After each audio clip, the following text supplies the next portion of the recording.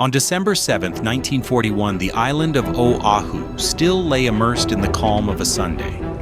On the glassy surface of the harbor, the massive battleships of the Pacific Fleet lay motionless along Ford Island, their ranks of masts and smokestacks towering like emblems of American pride. The young sentry on the morning watch was perhaps thinking only of the noon break a few letters from home, or the bugle sounding under the clear sky.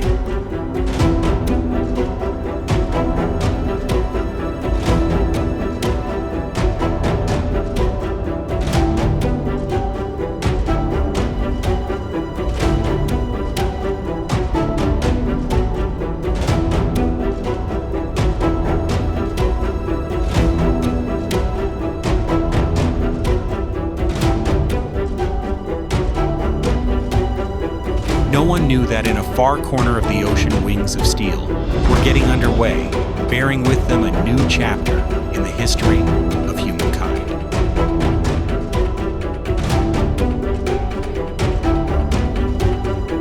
I'm not a historian, only a lover of history who respects the truth. If you have additional details, contributions, or ideas, let's bring the stories of the past back to life, more powerful, more moving, and more authentic than ever.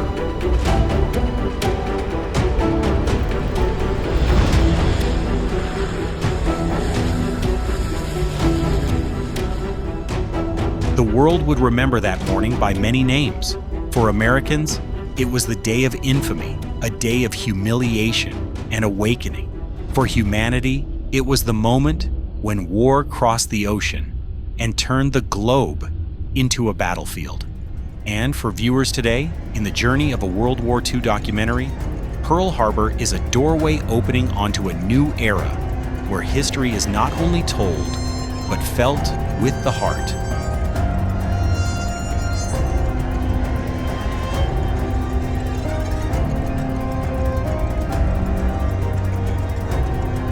But to understand why that dawn was stolen, we must go back to the early 20th century, when the Japanese Empire began its dream of reaching out to the open sea.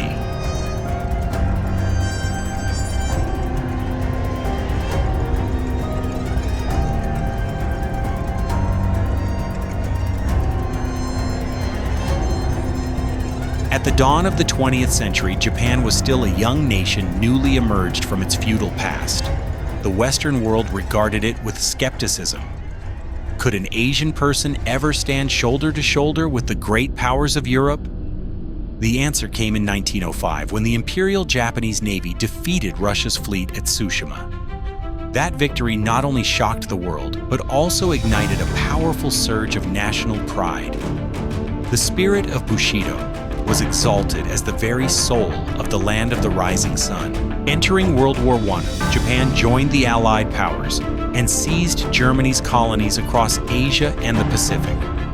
To the outside world, it appeared to be a diligent and energetic ally. Yet beneath the surface, Japan nurtured its own ambition, a new order in which it would stand at the center. After the war, international naval treaties, especially the Washington Naval Treaty of 1922, imposed strict limits on armaments, granting Japan only 60% of the fleet tonnage allowed to Britain or the United States. That wounded pride gradually turned into resentment.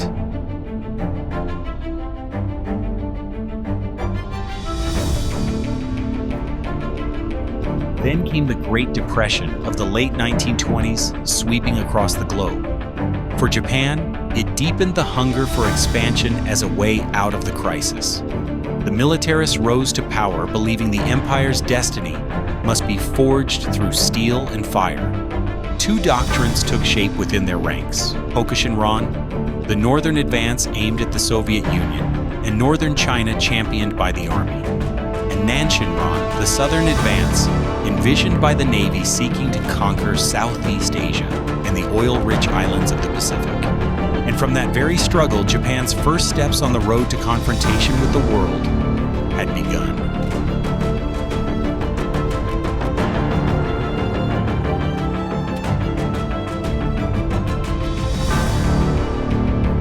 In 1931, the Mukden Incident erupted, a small event yet enough to justify the full-scale occupation of Manchuria. Japan created the puppet state of Manchukuo, then withdrew from the League of Nations when condemned. The international community protested only with words. No decisive action followed. The feeling that no one dares to stop us convinced Japan it could do whatever it wished.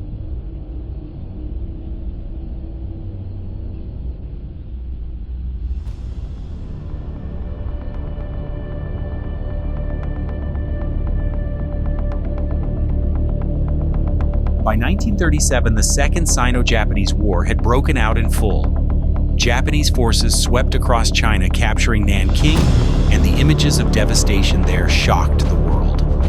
Yet the West chose to remain neutral, preoccupied with the storm gathering in Europe. The United States, still standing aside, watched with growing unease.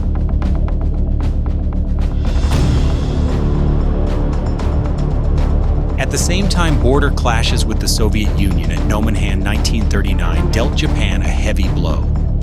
Defeated by the Red Army, it abandoned the northern advance and signed the Soviet-Japanese Neutrality Pact. The southern advance now became the only path forward, and as Europe sank into the chaos of World War II, Japan saw its golden opportunity to march into Indochina and sever China's supply routes.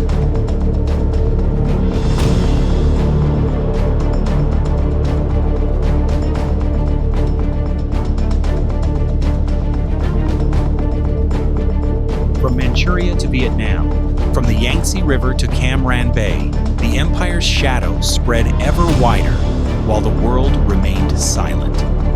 But that silence would not last. Across the Pacific, a nation was preparing to speak in a voice that the whole world would hear: the United States.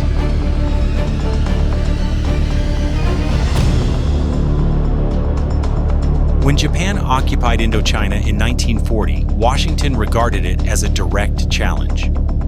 The U.S. responded with a series of embargoes, first on scrap metal, then on oil, the lifeblood of Japan's economy. For a nation that relied on America for more than 80% of its fuel, this was nothing short of a death sentence suspended above its head. Japan now faced a stark choice: either yield and withdraw from China, or seize by force the oil-rich territories of the Dutch East Indies. Negotiations dragged on under unbearable tension. Washington demanded Tokyo pull all its troops out of mainland Asia, a condition the Japanese militarists could never accept. Meanwhile, the United States transferred its entire Pacific Fleet from San Diego to Pearl Harbor, a move meant as deterrence. The massive fleet anchored in mid-ocean seemed untouchable, but in truth, it sat squarely within the sights of those planning to end diplomacy with gunfire. The situation was like the sky before a storm, still heavy and certain that thunder would strike. The only question was when and where. Then, amid the darkness of calculation, one man drew up a plan that would change the fate of the entire Pacific: Yamamoto Isoroku.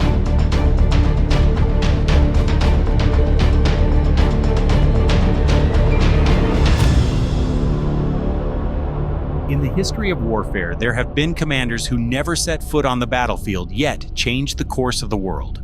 Yamamoto Isoroku was one such man. He had studied at Harvard, served in Washington, and understood all too well the immense industrial power of the United States. For that reason, Yamamoto harbored no illusions. He knew that if war dragged on, Japan would inevitably lose. The only way to gain an advantage was to strike first with speed, strength, and precision, paralyzing the enemy before it could react.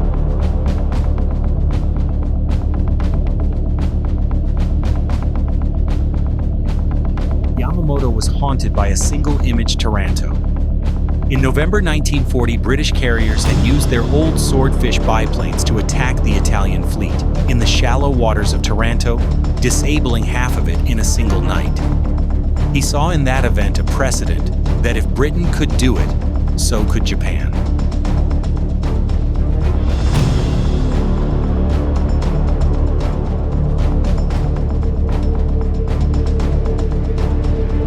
From that idea, he began to conceive an unprecedented plan to send Japan's entire carrier strike force, Akagi Keiga Soryu Hiryu Shokaku, and Zuikaku, across half the Pacific to strike at the heart of the Pacific Fleet at Pearl Harbor.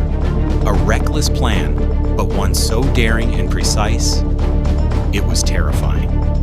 When Yamamoto presented it before the Naval General Staff, the room fell silent. Not because they disagreed, but because they understood if this plan failed, Japan would lose everything. But history is never written by hesitation. From that audacious idea, one of the most frequently reenacted operations in World War II documentary history began to take shape. Yet to turn theory into reality, Japan had to overcome countless obstacles, technical, tactical, and even those of fate itself.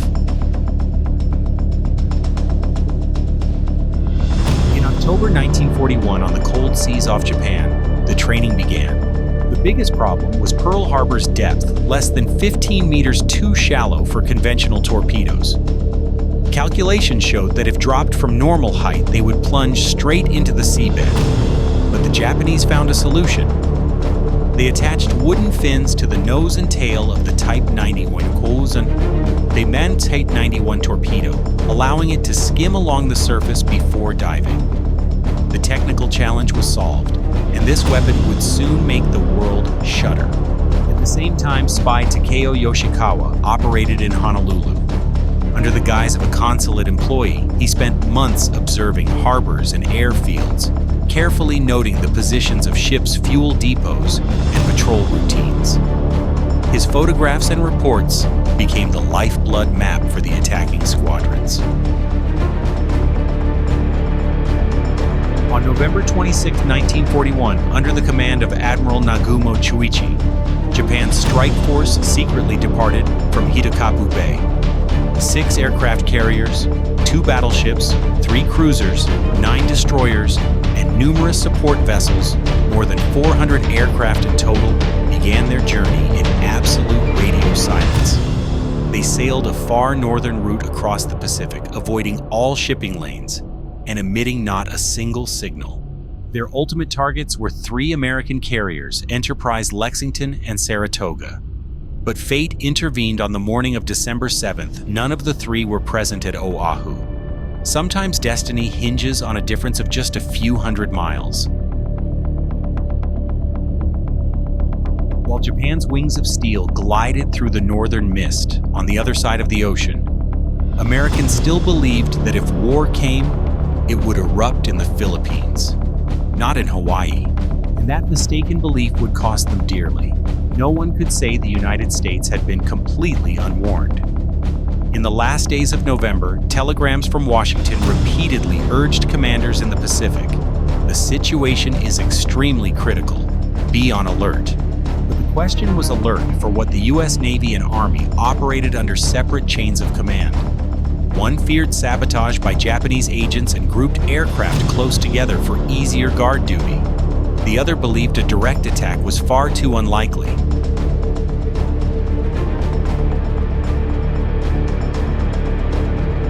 At 07:02 on the morning of December 7, 2 young radar operators at Opana Point detected a large formation approaching. They reported it to headquarters, but were dismissed as it was assumed to be a group of B-17s arriving from California. Minutes later, the signal vanished from the screen just as dark shapes began to appear over the skies of Oʻahu. In truth, the first sign had come even earlier. Around 06:45, the destroyer USS Ward sighted and attacked a midget submarine outside the harbor entrance. The report was sent, but by the time it was verified, everything was already too late. When the roar of Japanese engines rose from the north, there was no longer time to ask questions.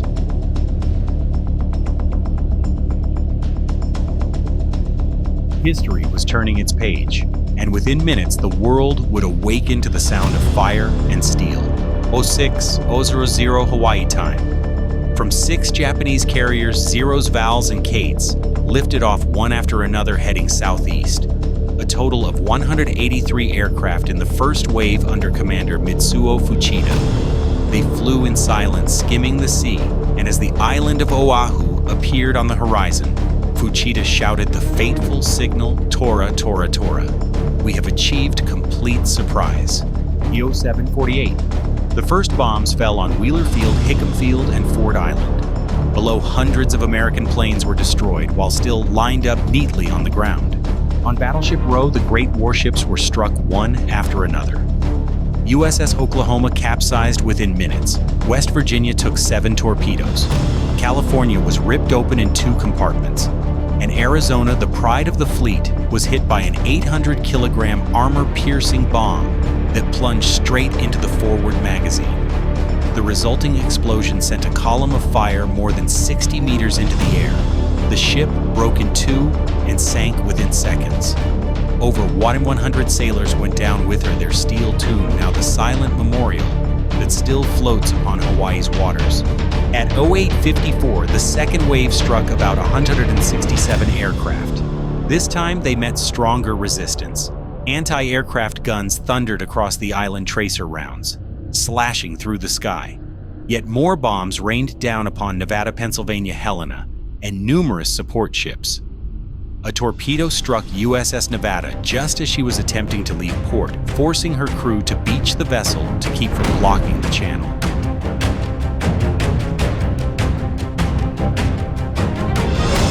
In less than 2 hours, 3 Mach 3 feet, Japanese aircraft turned Pearl Harbor into a sea of fire. Across the water, black smoke rose and blanketed the island. When Nagumo received the signal mission accomplished, he stood silently gazing westward. The planned third strike, which was to target the fuel depots and repair facilities, was canceled. He feared that at such a distance, with the losses already sustained, any further risk would be too great. That decision would later become a topic of endless debate among historians. For it was precisely those untouched facilities that allowed America to recover within mere months. As the Japanese fleet turned northward, they did not realize that the triumph of that morning was also the opening act of their empire's downfall.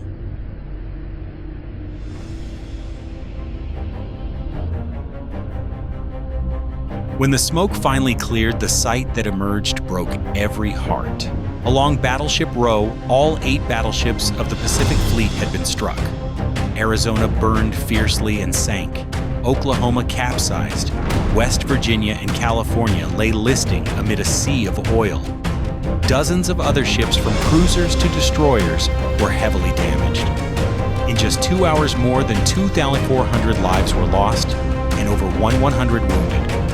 Most never even saw the enemy that killed them. In the skies above, over 390 American planes were destroyed or rendered unusable. Yet amidst the ruins, there was a measure of fortune. The vast fuel reserves, the shipyards, and the submarine base remained intact facilities that would allow the United States to recover faster than anyone could have imagined.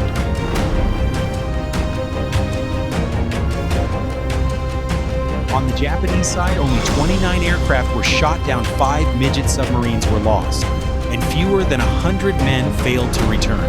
A flawless victory, at least on paper. Yamamoto knew all too well we have awakened a sleeping giant, and filled him with a terrible resolve. That thunderbolt did more than devastate Pearl Harbor.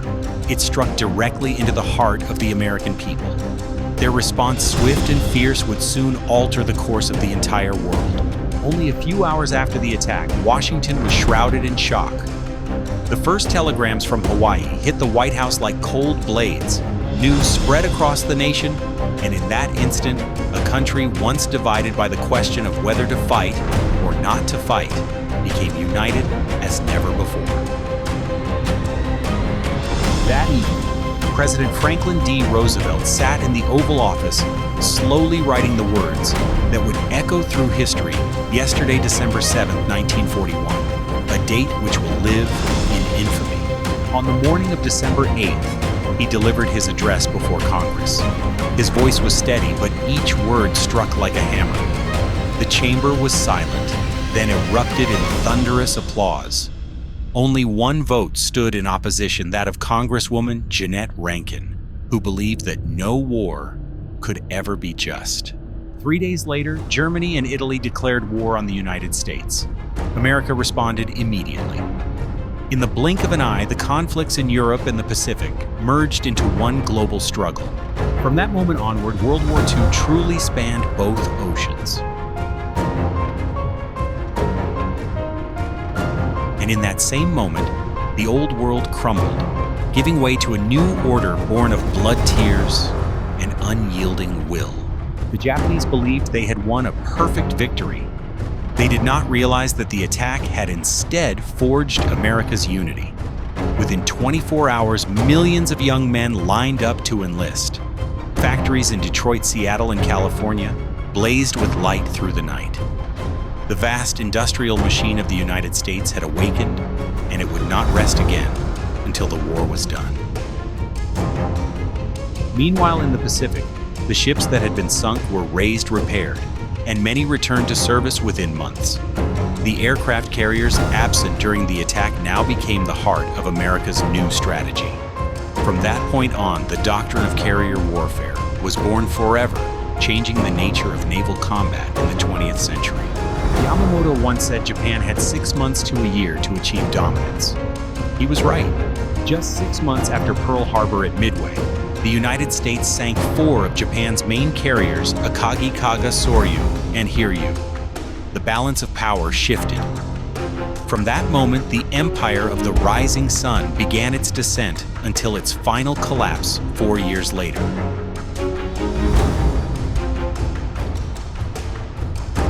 From the perspective of a World War II documentary, Pearl Harbor was more than a battle. It was the pivotal turning point of the entire Second World War. From that day onward, America ceased to be a bystander and became the very center of human history. More than 8 decades have passed, yet the story of Pearl Harbor continues to stir debate around the world. Did the United States know in advance? Were the warnings ignored out of negligence or by the hand of fate? There is no conclusive evidence to support the foreknowledge theory. Yet the failures in communication and in defensive thinking have become lessons paid for dearly by every generation since.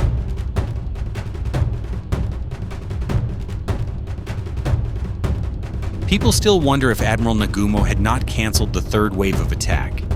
If the fuel depots and repair yards had been destroyed, would the war have lasted longer? Perhaps. But history does not accept the word if. The only certainty is this: it was precisely those untouched facilities that enabled America to recover with astonishing speed, leading to a string of victories from Coral Sea to Midway and Guadalcanal.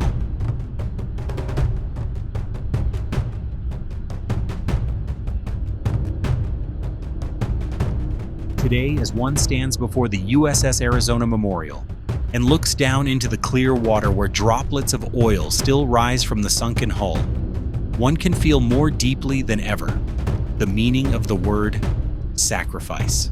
It is not only the lives of young sailors that rest there, but also the price paid for the world's awakening, for humanity's realization that peace is never something to be taken for granted. And in that tranquil place, and amid the sound of waves and the flutter of flags, the story of Pearl Harbor is still told not merely as a chapter of history, but as a reminder that freedom always comes at a cost. From the radiant dawn over Oʻahu to the fiery night of Midway, from the pain of an infamous morning to the pride of a nation reborn, Pearl Harbor is not merely a wound, but the beginning of a long journey. It marks the moment when humankind understood that within the fragility of peace lies the seed of tragedy, and that even in the darkness of war, there can still shine the light of courage. As we close this chapter in the World War II documentary, the echoes of history still resound. The wail of sirens, the roar of engines, the crash of waves against the hulls, and the heartbeat of those who rest beneath the bay. They are gone, but their names will forever remain a part of the world's history and of humanity's collective memory.